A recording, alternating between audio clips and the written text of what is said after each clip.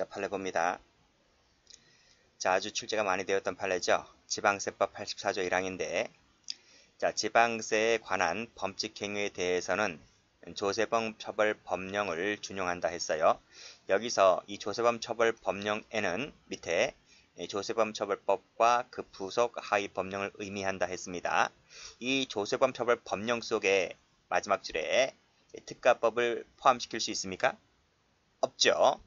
완전히 이 조세범 처벌법령과 특가법의 내용은 완전히 다른 것이고 보호법이라든지 입법 취지가 완전히 달라요. 다른 것이기 때문에 이 특가법을 법령 속에 포함시켜 버리게 되면 유치해석 금지 원칙에 위반된다는 판례입니다. 다음 저작권법 내용인데요.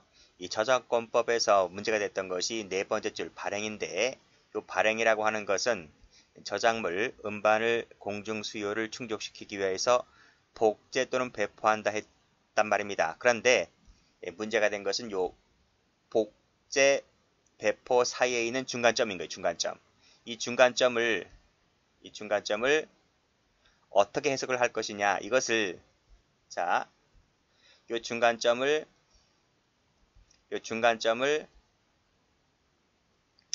이것을 AND로 해석을 할 것이냐 아니면 OR로 해석을 할 것이냐예요. 자, 여기서 판례가 해석한 것은 마지막 줄 보시게 되면 복제 중간점이 있고 배포라고 하는 말의 의미는 복제하여 배포하는 행위라고 해석할 수가 있다. 자, 그것은 AND로 본 거예요? OR로 본 거예요? 봐요. 복제하여 배포하는 행위다 했으니까 복제란 말도 있고 배포란 말이 두 가지가 다 있잖아요. 그래서 이것은 AND라고 해석을 했다 라고 볼 수가 있겠죠. 따라서 마지막 줄 두 가지 모두 다 복제, 배포 모두 다 와야지 이 발행이란 말의 의미를 해석할 수가 있는데, 따라서 복제만 온 것은 배포는 빠지고 복제만 온 것은 발행으로 볼 수가 없겠죠. 그렇죠? 마찬가지로 복제가 빠지고 배포만 와도 발행은 아닌 겁니다. 발행이 되려면 복제와 배포가 같이 와야 되는 거예요. 그래서 복제만 갖고서는 발행으로 볼 수가 없다. 발행으로 보면 유추해석이다는 것입니다. 다음, 자, 이 판례도 출제가 많이 되었죠. 중개업법인데요. 여기서 중개업이 되려면 보수를 바꿉니다. 바꿔란 말은 취득을 말하죠. 그리고 중개를 업으로 행하는 것을 말한다 했습니다. 따라서 그러니까 중개업자 아닌 자가 일정한 보수를 받고 중개를 했을 때 이 법 위반으로 처벌되는 거예요. 따라서 요구만 하거나 약속만 그쳤을 때는 중개업이 된다 안 된다? 중개업이 되지는 않는다는 겁니다. 즉 이 법에는 취득만 처벌할 수 있는 것이고 요구 약속은 처벌 조항이 없어요. 여기는 미수도 처벌 조항이 있는 것도 아닙니다. 우리가 형법상의 뇌물죄의 경우에는 요구나 약속이나 취득이나 전부 다 처벌되잖아요. 형법상의 뇌물죄는. 그렇죠? 근데 그 외의 법은 거의 요구나 약속은 처벌 조항이 없어요. 취득만 처벌합니다. 그래서 요구나 약속에 그쳤을 때는 이 법에서 처벌할 수가 없다. 처벌하면 유추해석이다는 것이죠. 그래서 마지막 줄 보시게 되면 중개하면서 보세요. 중개사무소 개설 등록을 하지 않고 중개하면서 보수를 요구 약속했다는 것만 갖고서는 처벌할 수가 없다는 거죠. 만약에 똑같은 사례를 주고 보수를 받았다면 처벌할 수가 있다는 것이죠. 근데 요구 약속만으로는 처벌할 수가 없다. 자, 그 밑에도 자, 보수를 현실적으로 받지 않은 상태죠. 받지 않은 상태에서 단순히 알선만 한 것은 처벌 조항이 없다. 그런 내용입니다. 자, 그 다음부터 똑같아요. 여기도 중개업 똑같아요. 따라서 약속하거나 요구만 했을 때는 중개업이 되지 않는 거예요. 처벌하면 유추가 되는 거죠. 똑같아요. 마지막도 처벌이 안 된다. 처벌하면 유추해석이다. 자, 다음. 자, 요 판례는 우리 형소법에서도 많이 나오죠. 통비법, 우리 형소법 할 때 배웠을 겁니다. 통비법에서 말하는 감청이란 의미는 전기통신의 송수신과 동시에 이루어지는 경우만을 말한다. 그렇죠? 동시란 말은 송신과 수신이 주고받는 것을 말하잖아요. 현재 진행형인 거죠. 그때 몰래 엿듣는 것이 감청인 겁니다. 따라서 이미 수신이 완료된 것은 송수신이 끝난 상태이다 보니까, 그쵸? 이것은 감청으로 볼 수가 없는 것이다. 그걸 감청으로 보게 되면 유추다는 것이고, 자, 그 다음 것도 똑같아요. 감청이란 말의 의미는 현재 전기통신이 이루어지고 있는 상황에서 몰래 엿듣는 것. 그러니까 현재 진행형인 겁니다.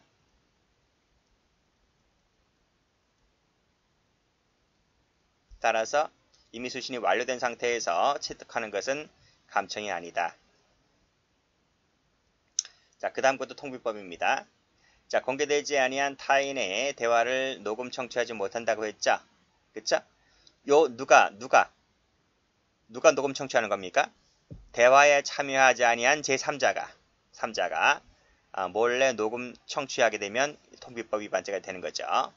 따라서 대화에 참여하지 않은 자가 했을 때 처벌하는 것이고, 대화에 참여한 자는 처벌 조항이 아닌 겁니다. 그렇죠? 그래서 그 중에 한 사람이라고 하는 것은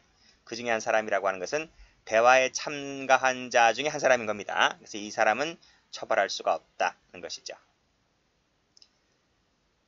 자, 대화를 녹음 청취하는 겁니다. 그렇죠? 그 대화라고 하는 것은 육성이죠, 육성으로 주고받는 의사소통 행위를 녹음 청취했을 때를 말하는 것이므로, 육성이 아닌 사물에서 발생하는 음향은 육성이 아닌 것이므로 이것은 통비법 위반죄가 되지를 않는 거예요. 그 예가 바로 밑에 비명소리라고 하는 것, 탄식이라고 하는 거죠. 이것은 육성이 아니기 때문에 녹음기에서 전화상으로나 녹음이 되었다 하더라도 통비법 위반죄가 되지를 않는다. 이런 얘기입니다. 그쵸? 다음, 자, 이것도 통비법에 나오죠. 타인 간의 대화에는 무전기와 같은 무전전화기를 이용한 통화는 타인 간의 대화에 포함되지가 않는다. 그쵸? 무전기 동그라미 치시고. 이건 전기통신이잖아요. 그쵸? 다음, 판례도 보시면, 자, 공공기관 개인정보 보호에 관한 법률인데, 여기서는요, 누설하는 행위를 하는 것을 금지하고 있을 뿐이다. 즉, 개인정보 처리를 행하는 공공기관 직원 등이 직무상 알게 된 개인정보를 누설하는 것을 금지하는 조항인데, 여기서 이 법에서 금지하고 있는 것은 누설하거나 타인에게 이를 이용하게 하는 행위를 금지하고 있는 겁니다.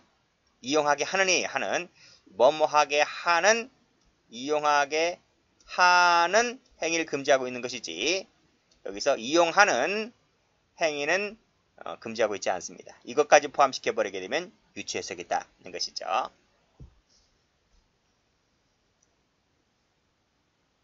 자, 그래서 그 사례가 바로 2번인데, 여기 군청 직원이 건네받은 개인정보를 부당하게 이용하게 하는이 아닌 이용한이죠. 여기 이용하는이죠.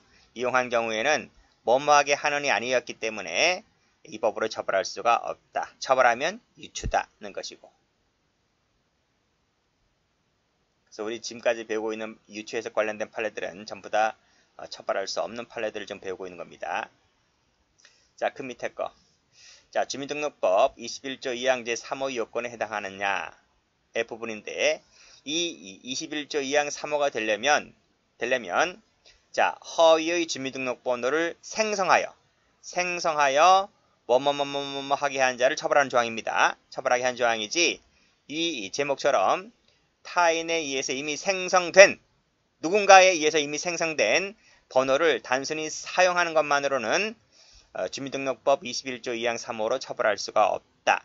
이 법은 이 피고인 자체가 번호를 허위로 생성했을 때를 처벌하는 조항인 거예요. 근데 사실관계는 뭐였다? 누군가에 의해서 이미 생성된 번호를 쓴 것이기에 불과하므로, 이 생성된과 생성은 다른 말이잖아, 그쵸? 이 생성과 생성되는 다른 의미잖아, 그쵸? 다른 의미이기 때문에 그래서 이 생성된 번호를 쓴 것은 이 법으로 처벌할 수가 없다. 처벌하면 유추다는 것이죠. 자, 됐고. 자, 그 밑에 판례. 자, 주민등록번호 부정사용죄라고 하는 거 있죠? 여기에 해당되느냐의 문제인데, 우리가 형법에 가면, 형법 강론에 가면 뭐가 있죠? 공문서 부정행사죄라고 하는 것이죠. 이 부정행사죄로 처벌이 되려면 권한 있는 자가 있고 권한이 없는 자가 있고 용도 내 사용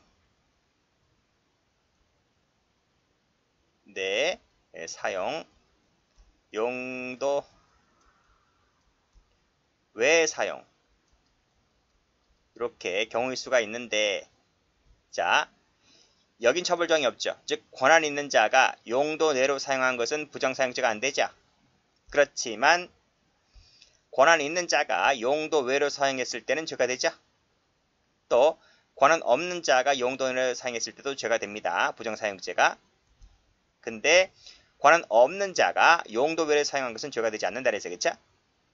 형법 강론에서 똑같은 거예요. 여기서도 다른 사람의 번호를 신분 확인 용도 내로 쓴 것이 아니라 외로 썼을 때는 이거잖아. 그렇죠?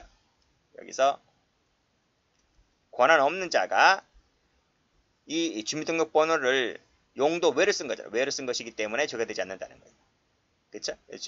주민등록번호 부정사용죄가 되냐? 안 된다. 안 된다. 이것으로 처벌하면 유추해서겠다는 것입니다. 자, 그런 내용이죠. 다른 사람의 번호를 특정한 용도로 사용한 경우가 아니라 했잖아요. 그렇죠?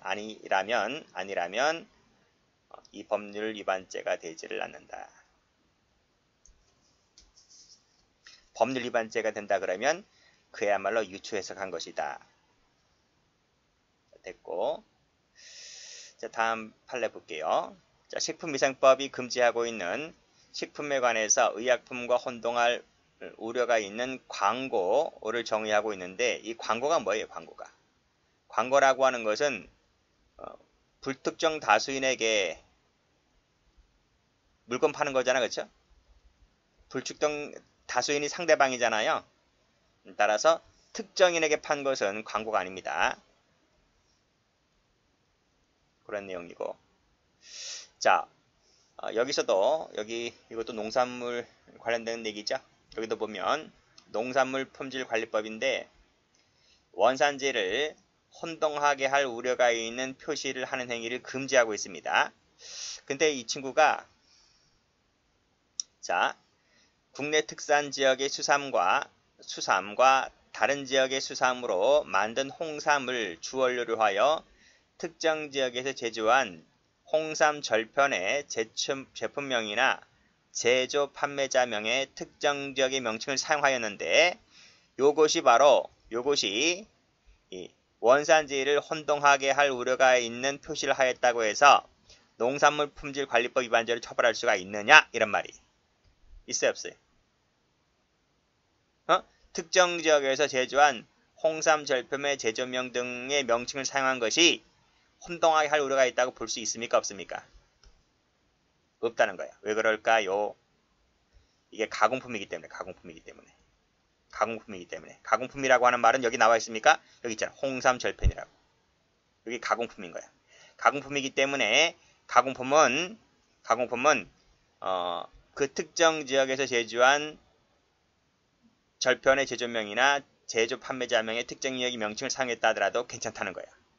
이게 가공품이 아닌 그걸 뭐라 그랬지? 여기 있네. 수삼이라는 게 뭐예요? 이 수삼이라는 게 이게 물수자잖아. 그쵸?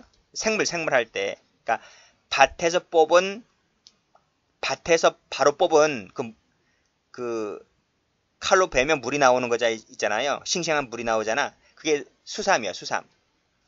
홍삼 절편이라고 하는 것은 가공품입니다. 우리 6년근 홍삼. 그러면 그 6년 된 삼을 쪄가지고 말려가지고 가공한 우리 그 칼로 이렇게 막 잘라가지고 이렇게 봉지에서 넣어서 말린 상태에서 봉지에서 넣어서 가공품을 해서 팔잖아요. 그쵸? 그겁니다. 그러니까 가공품일 때에는 비록 그 지역에서 난 그 지역 생산품이 아니라 할지라도 이런 얘기입니다. 자, 여기 우리나라 지도가 있잖아요. 지도가 있으면 여기에 만약에 금산이다. 금산 지역에 우리가 인삼이 유명하잖아. 인삼이. 그쵸? 그러니까 금산 지역에 인삼이 유명하다고 하면 우리나라에서 금산에서만 인삼을 재배하는 게 아니잖아요. 그쵸? 다른 지역에서 인삼을 재배하잖아요. 여기 그러면 경상도나 전라도 어디에서도 삼을 재배하잖아요. 인삼을 재배할 것 아니겠습니까? 그러면 타 지역에서 그 지역의 명칭을 쓰면 이게 안 팔려요. 값이 상당히 저렴해지잖아요. 안 팔리고. 그러니까 이 삼을 지역 표시제? 그걸 둔갑시키기 위해서 이 삼을 금산으로 옮겨오는 거야. 금산으로 옮겨와서 금산으로 둔갑하는 것이 아니라 금산 지역에 이렇게 공장을 짓는 거야. 공장을 지어서 금산 지역에 공장을 지어서 타 지역에서 난 삼을 가지고 와서 금산 지역에 있는 공장에 있는 기계를 동원해서 이 홍삼 절편을 만드는 거야. 무슨 말인지 아시죠? 그래서 나중에는 이 가공품을 만들었습니다. 가공품을 만들어서 포장지에다가 금산 인삼이라고 해가지고 이걸 표딱지를 붙여가지고 판매를 하는 거야, 이게. 판매를 하였는데, 그러면 금산 사람이 좋아하냐고. 그래서 이것을 신고해서 이 판례가 나온 거야. 근데 판례는 뭐라 그래요? 가공품일 때는 괜찮다, 이런 말이야. 가공품일 때는. 만약에 수삼 같은 경우, 생물 같은 경우를 만약에 그렇게 했다고 하면, 이거 뭐 위반이 될 소지도 약간 없지는 않아 있지만, 이게 가공품일 때는 이것도 괜찮다는 겁니다. 그게 이 판례 취지입니다. 다시 한번 홍삼 절표는 특정 지역의 명칭, 즉 금산 지역의 명칭을 사용했다 하더라도 이 지역 원산지를 혼동케 할 우려가 있는 표시를 했다고 볼 수는 없다는 것이죠. 문제가 많지, 그쵸? 문제가 많아요. 이게 뭐 인삼만 그러겠습니까? 우리 그것도 있잖아. 뭐 지금 가을철인데 양양송이라고 있죠? 이게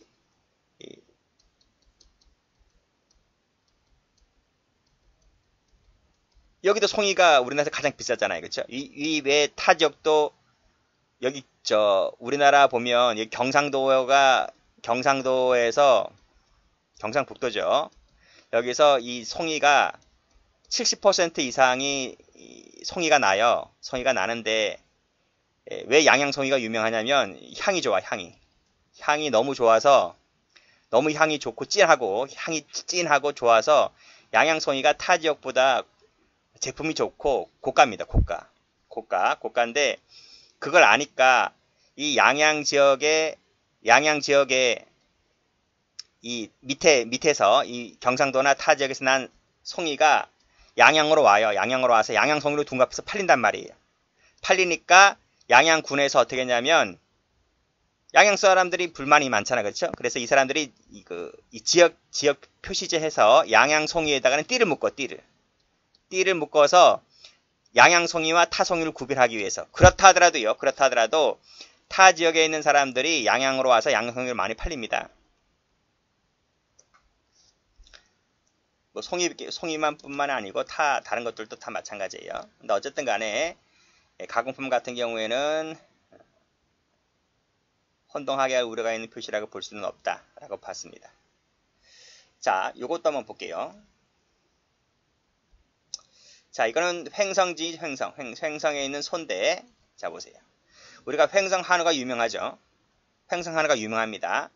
그러니까 여기가 횡성인데 횡성 한우가 소하면 대부분의 그 소비 지역이 서울이잖아. 서울 경기도권이잖아요. 그러니까 이 횡성 한우가 전부 다 서울로 올라오는 거야. 서울로 올라와서 1등 제품으로 팔리는 거죠. 자, 그러다 보니까 이 밑에 지역에 있는 소들이 이 횡성으로 오는 거야. 횡성으로 와서 송아지일 때 소 새끼가 송아지잖아요. 송아지를 트럭에 싣고 와서 이 횡성에 있는 축사를 만들어요. 횡성에다가 축사를 지어서 타 지역에 있는 소 새끼를 싣고 와서 여기서 송아지를 기르는 거야.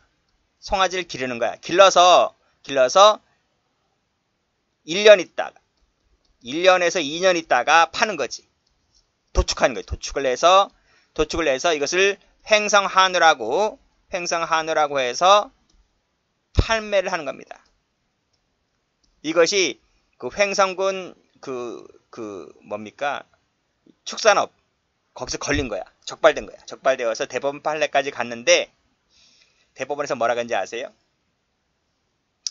이 횡성한우가 되려면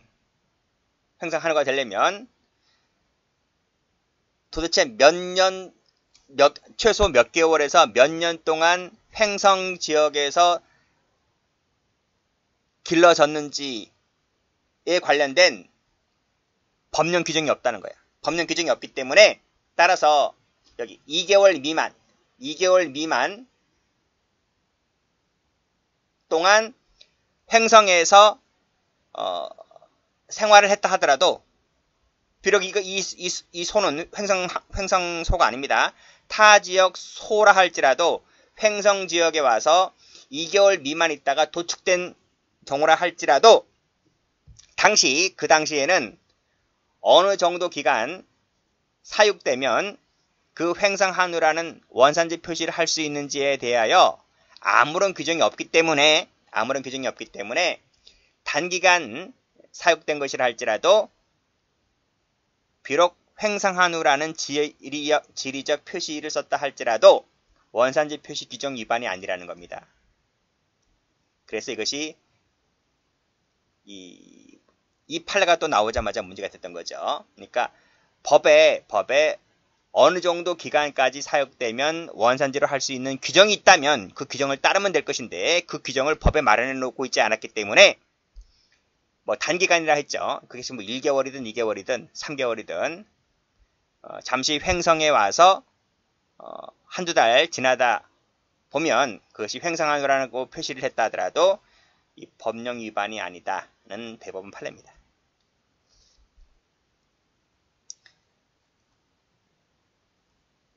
문제가 많죠. 여러분들이 봤을 때도. 어쨌든 간에 제가 봐도 요 가공품도 문제 많은 것 같아요. 가공품도 문제가 많은 것 같고 그 다음에 아무런 법령 규정이 없다고 해서 단기간 사육되었다 할지라도 횡성한우라는 표시를 하는 것 자체가 이 법 위반이 아니라 하니까 그런 것도 문제가 있고 그래요. 어쨌든 대법원 판례가 그렇습니다.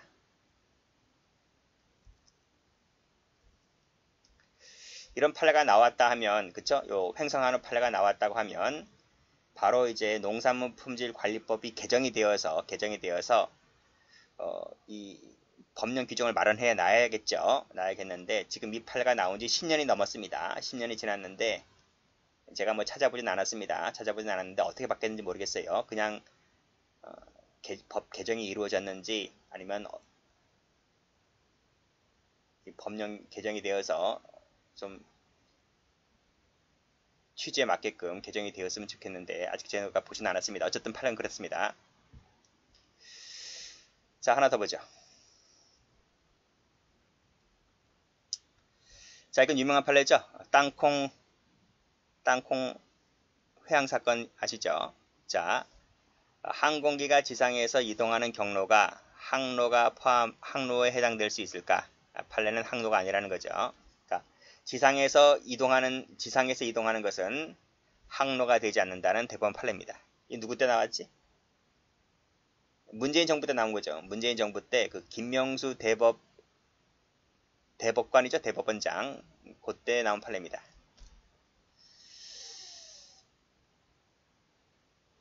그러니까 이 판례가 말하고 있는 것은 항로라고 하는 건 뭐예요? 항로라고 하는 것은 지상에서 떴을 때 비행기가 날랐을 때, 날라서 목적지까지 갈 때의 경로를 틀었을 때, 바꿨을 때를 항로 변경죄로 볼 수 있는 것이지, 아직 비행기가 지상에서 머물고 있다면 항로 변경죄가 되지 않는다는 판례입니다. 자, 그래서 고개 밑에 나와 있죠. 푸시백 중이던 비행기를 다시 탑승구로 되돌아가게 하였다. 이 말은 아직 비행기가 지상에 남아 있다는 거죠. 비행기가 뜨진 않았기 때문에 변경죄가 되지를 않는다는 판례. 속칭 땅콩 회항 사건입니다. 자, 마지막 하나 더 봅니다. 자, 도로교통법 얘기인데요. 도로라고 하려면 도로법에 의한 도로, 유료 도로법에 의한 도로, 그 밖에 일반 교통에 사용되는 모든 것을 말한다고 하고 있는데, 도로가 되려면 일반 교통에 사용되는 모든 것을 도로라고 한다. 일반 교통에 사용되는 도로가 되려면 불특정 다수인을 위한 공개된 장소여야 한다는 것이죠. 따라서 불특정이 아닌 특정인들만이 쓰는 공간은 도로가 아니라는 겁니다. 특정인들만 쓰는 공간, 특정한 용건이 있는 자들만이 쓰는 것은 도로가 아니기 때문에 이것을 도로라 그러면 유추다는 것이죠. 그 판례가 뒤에 또 나와 있어. 뒤에 보시게 되면 여기네요. 요것도 보시면 여기도 똑같이 도로교통법이잖아요. 자, 운전이 되려면 도로에서 면허증이 없는 자가 운전을 했을 때 무면허 운전죄가 되는 것입니다. 이 도로가 되려면 역시 뭐야? 도로가 되려면 앞에 불특정 다수인 일반 교통에 사용되는 모든 곳에서 불특정 다수인이 통행을 위해서 교통을 했을 때를까 바로 이제 무면허 운전죄가 되는 것이잖아요. 자, 무면허 운전이 되려면 이 도로에서 사용했을 때를 말하는 것입니다. 따라서 도로가 아닌 곳에서 운전했을 때는 설령 면허가 없다 하더라도 무면허 운전이 되지 않는 것이죠. 그게 바로 어디다? 이 사실관계에서는 여기 아파트 단지야. 이 아파트 단지에 있는 지하 주차장은 이 불특정 다수인이 사용하는 공간이 아니잖아요. 이건 특정인이나 특정인과 관련 용건 있는 사람만이 쓸 수 있는 곳이기 때문에 이것은 도로가 아니죠. 도로가 아니단 말입니다. 그래서 무면허 운전, 면허증이 없는 자가 아파트 단지 지하 주차장에서 운전하다가 거기 정차되어 있는 차를 박은 거야. 그래서 도로교통법 위반죄로 기소가 되었는데 이 공간은 도로가 아니기 때문에 설령 면허가 없었다 할지라도 이 법으로 처벌할 수는 없다는 판례입니다. 됐죠? 됐어요. 자, 그 다음에 뭐 계속 보죠. 자, 무면허 운전죄의 처벌 대상에는 농업용은 포함되지가 않습니다. 그렇죠? 농업용 운반차는 포함되지가 않는다. 그리고 무면허 운전죄가 되려면 면허가 없는 것을 말하는 것이지 연습 면허는 면허가 있는 거잖아요. 그렇죠? 연습 면허는 면허가 있는 것이기 때문에 이건 무면허 운전이 아닙니다. 그런 내용이고 그걸 무면허 운전이라 처벌하게 되면 유추다. 또 도로교통법을 보게 되면 역시 무면허 운전을 처벌하고 있는 것이죠. 그렇죠? 이게 무면허잖아요. 무면허 운전을 처벌하고 있는 것인데 이거는 정지가 된 거잖아요. 정지가 됐단 말은 면허증이 있는 겁니다. 면허증이 있는 것이므로 무면허 운전 처벌하면 안 되는 거죠. 정지가 됐다는 것도 역시 마찬가지로 무면허 운전죄로 볼 수는 없는 것이다. 이걸 보게 되면 유치다. 이런 판례입니다. 여기까지 봅니다.